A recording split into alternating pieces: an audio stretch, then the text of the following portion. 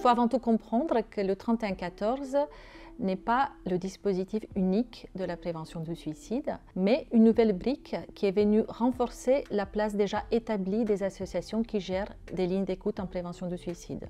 L'articulation avec ces lignes associatives était avant tout une évidence, mais aussi une nécessité dans un souci de complémentarité de nos actions, afin d'offrir aux personnes le nécessitant un panel diversifié de ressources d'aide.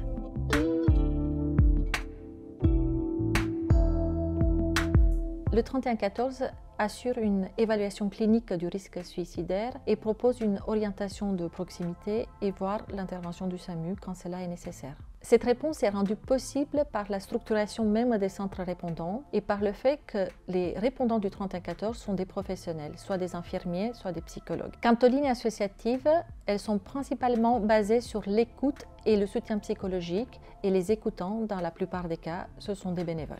Enfin, de par son accessibilité 7 jours sur 7 et 24 heures sur 24, le 3114 vient compléter les dispositifs disponibles uniquement en journée. Cette complémentarité permet de proposer des réponses différenciées et adaptées aux appelants et à leurs besoins.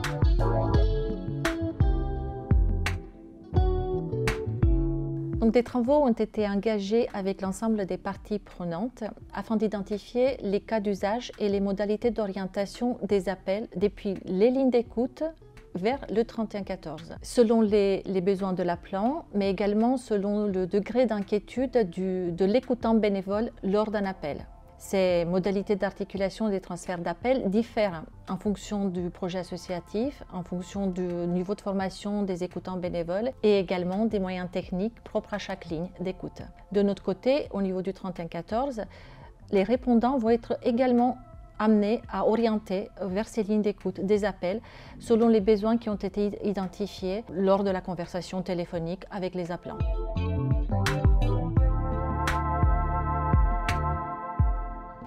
La charte de valeurs communes a été signée en septembre 2023 entre le 3114 et plusieurs lignes d'écoute associatives.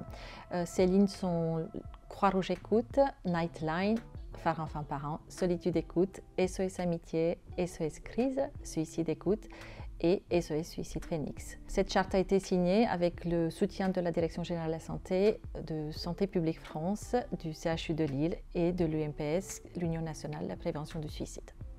Cette charte est le fruit d'un remarquable travail collectif réalisé au cours de multiples échanges, débats et partages de pratiques permettant aux signataires de mieux se connaître et trouver un langage commun. Et tout ça dans un climat bienveillant et respectueux des spécificités de chacun.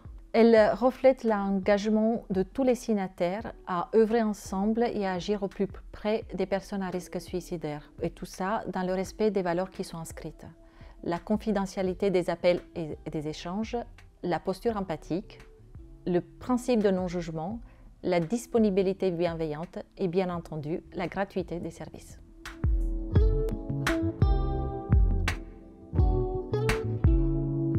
La prochaine étape sera la signature des conventions bilatérales entre le 3114 et les lignes d'écoute associatives qui le souhaitent. Ces conventions vont permettre de préciser et de définir les modalités d'articulation spécifiques entre nos dispositifs et le développement d'une culture commune dans la perspective d'une prévention du suicide opérante et coordonnée.